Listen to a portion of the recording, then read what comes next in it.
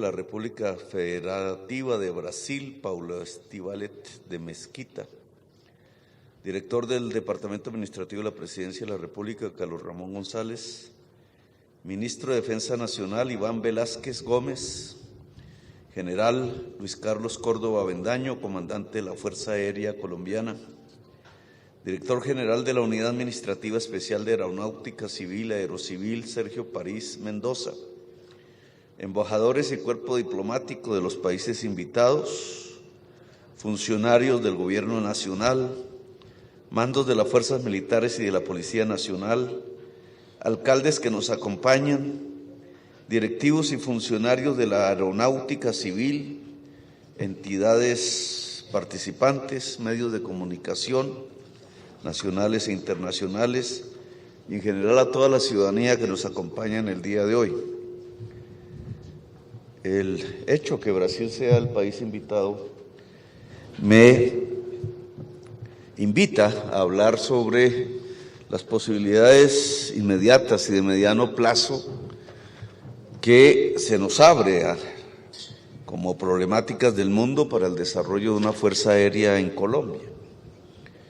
Es precisamente, y hace apenas una semana nos encontramos con el presidente Lula en Leticia, Colombia, en nuestro extremo sur, junto al río Amazonas, y en medio de la selva amazónica, para comenzar un proceso rápido de acuerdos que tendrán otros puntos intermedios en Belém de Pará, en la desembocadura precisamente del río Amazonas, en Brasil, y después en la COP28, con una idea central, y es articular todos los países que tienen responsabilidad territorial en la selva amazónica para asociarlos en la defensa de algo que se ha convertido en las últimas décadas en uno de los pilares fundamentales de la existencia humana.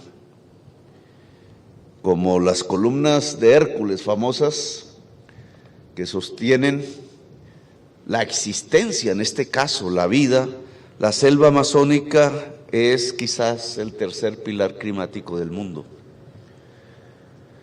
Si se derrumba, si se acaba la existencia.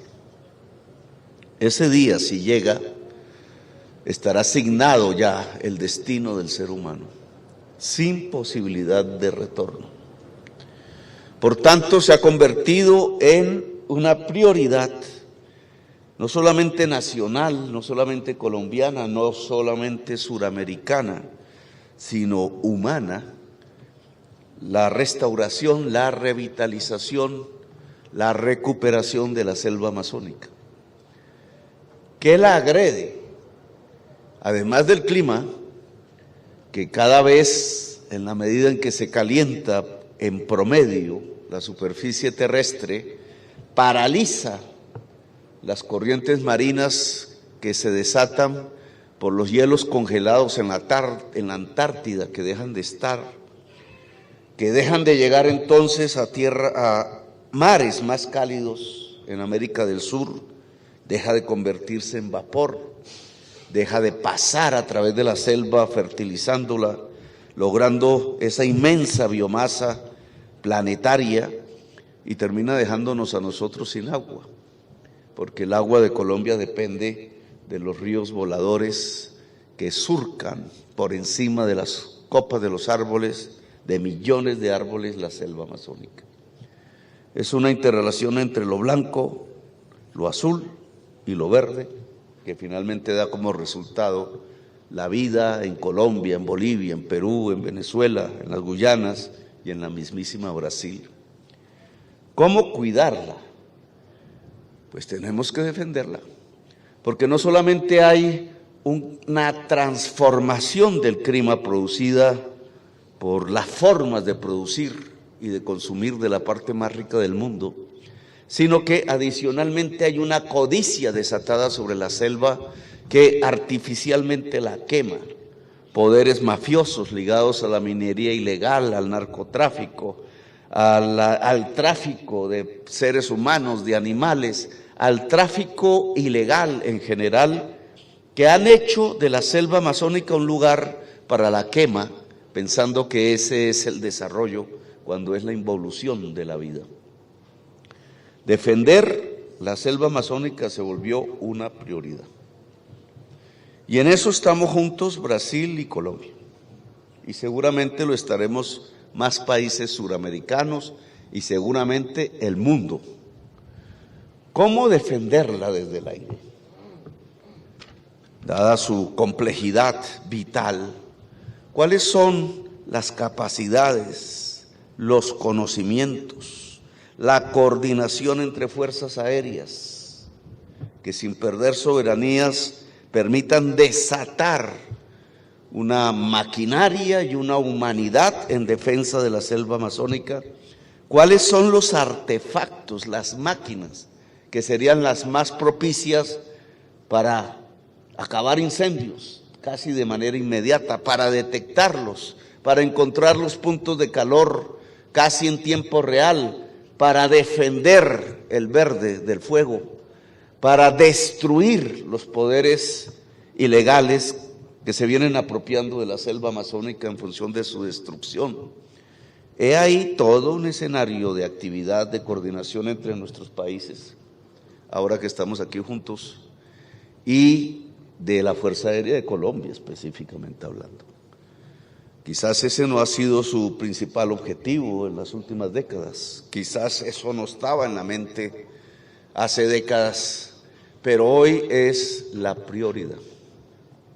Y por tanto esta feria nos puede servir para encontrar o para estimular a quienes participan en ella, para darnos soluciones. Una solución que no es solamente para Colombia o para Brasil, una solución que es para la humanidad.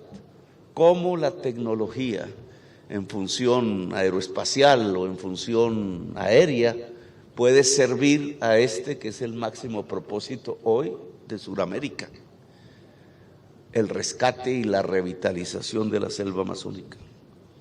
Y de aquí partimos, mañana estaremos a un segundo hecho que también nos empieza a demandar otros retos. Estos sí estaban en la cabeza hace tiempo de muchas personas, pero son retos que surgen a través de los procesos de la historia, de los pueblos, de las naciones, de su formación. Mañana vamos a estar en San Andrés. El objetivo allí, con toda la cúpula militar, y no solo la cúpula, es esperar las decisiones de una instancia judicial que fue convocada hace décadas por un gobierno colombiano y que ha venido fallando en contra del concepto territorial de Colombia, de cómo está constituida desde la Constitución del 86 y desde la Constitución del 91. En mis tiempos de juventud, pocos discutían sobre alguna probabilidad de pérdida de soberanía nacional. Recordábamos las viejas épocas de Panamá, por ejemplo, que era lo que más se discutía, o lo que había sucedido en la guerra con el Perú, o ciertos tratados que por alguna razón, incluso futiles, hacían que algunos presidentes colombianos entregaran partes del territorio nacional. Colombia realmente ha tenido una historia de pérdida territorial. No es sino mirar sus mapas en la historia desde que españoles llegaron aquí para fijar, de acuerdo a su concepción occidental, fronteras, y de allí el concepto de una nación después con la República. Y lo que hemos tenido es una historia geográfica de mapas que disminuyen la cantidad de territorio nacional. Pues mañana hay una decisión de ese estilo. No sabemos su contenido. No somos nosotros los que produjimos ese espacio de decisión que en nuestra opinión fue equivocada, pero que ahí está. Y vamos a responderla desde San Andrés. cualquiera que sean sus contenidos.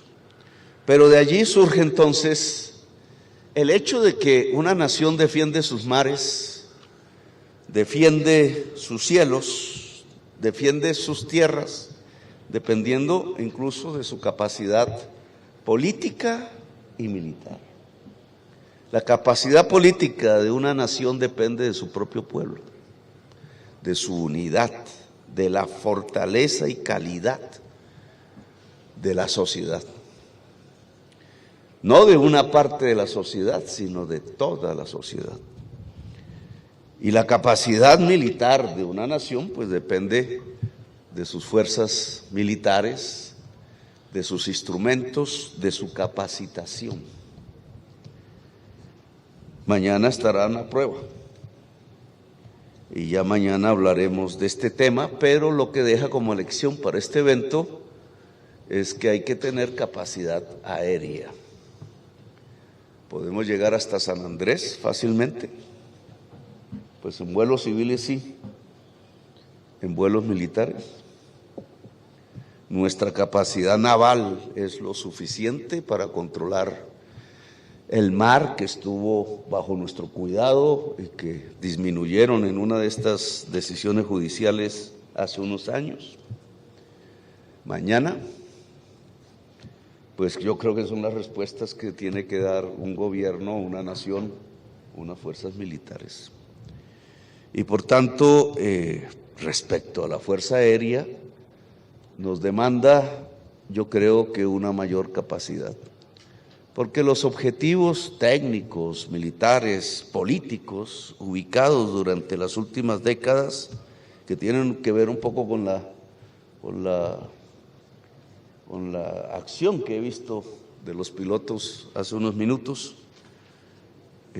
quizás tienen que ser complementados por otro tipo de pericias si queremos realmente cuidar todo nuestro territorio nacional tal como lo definió la Constitución de 1991 y que el presidente de Colombia juró respetar y defender.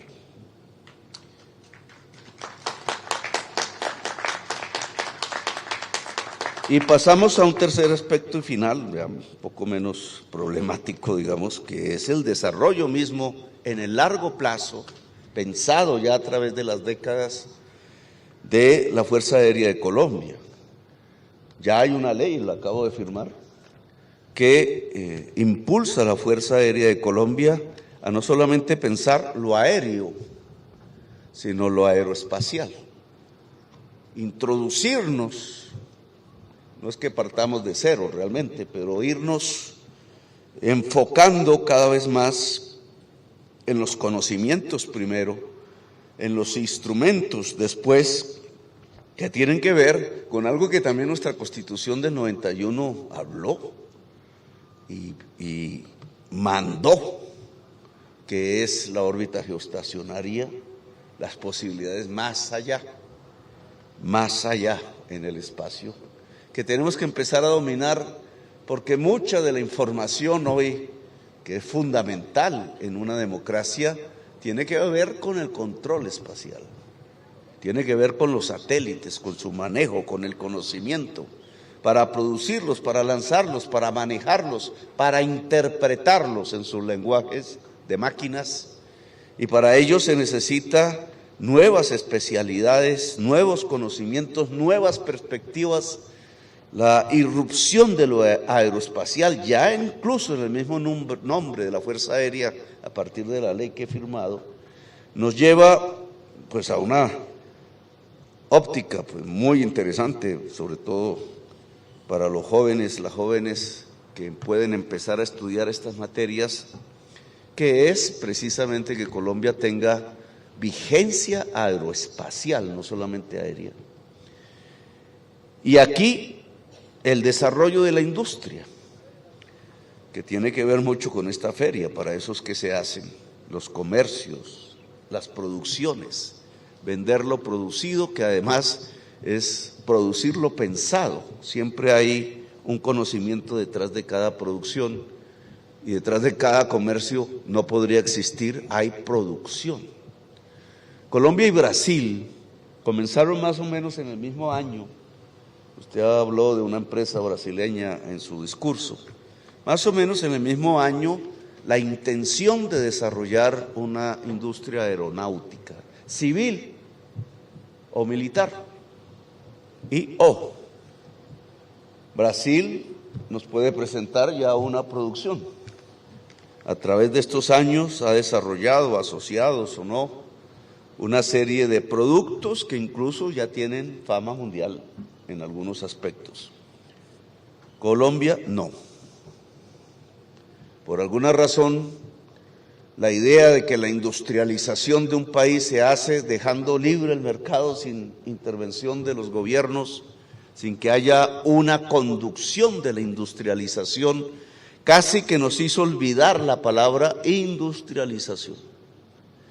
De hecho, las estadísticas económicas nos muestran retrocesos industriales. Todavía hoy no hay un país que se pueda considerar rico que no sea un país industrial. La base de la riqueza, aún hoy en estas épocas del siglo XXI, tiene que ver con la industria. Industria que no niega la agricultura, industria y agricultura que no niegan los servicios, pero que el núcleo central de la riqueza de cualquier nación sigue siendo la producción, es decir, el trabajo. Colombia dejó el camino de la industrialización, lo había desarrollado hasta los años 70, allí comenzó casi paralelo a Brasil, pero abandonó esas tesis. Y al abandonarla, se destruyó la idea inicial de desarrollar una industria aeronáutica, como también se paralizó en mucho la posibilidad de una industria metalmecánica alrededor incluso de aparatos del hogar o alrededor de la producción de automóviles, etcétera, que eran los ejes centrales de la industrialización del siglo XX. Hemos perdido camino y tiempo, conocimientos, que es básico en el desarrollo de la industrialización, el desarrollo de nuestra educación superior de manera diversa, precisamente para acometer los retos del conocimiento. En el siglo XXI la producción no se puede entender sin conocimiento. Por eso en este gobierno hemos querido, siguiendo procesos que vienen avanzando desde hace unos años, sobre todo en la industria naval, la producción de la primera fragata colombiana, que dimos autorización, que ya está en proceso, que es un reto indudablemente desde el punto de vista tecnológico. Son 400 kilómetros de redes metidos dentro de una embarcación.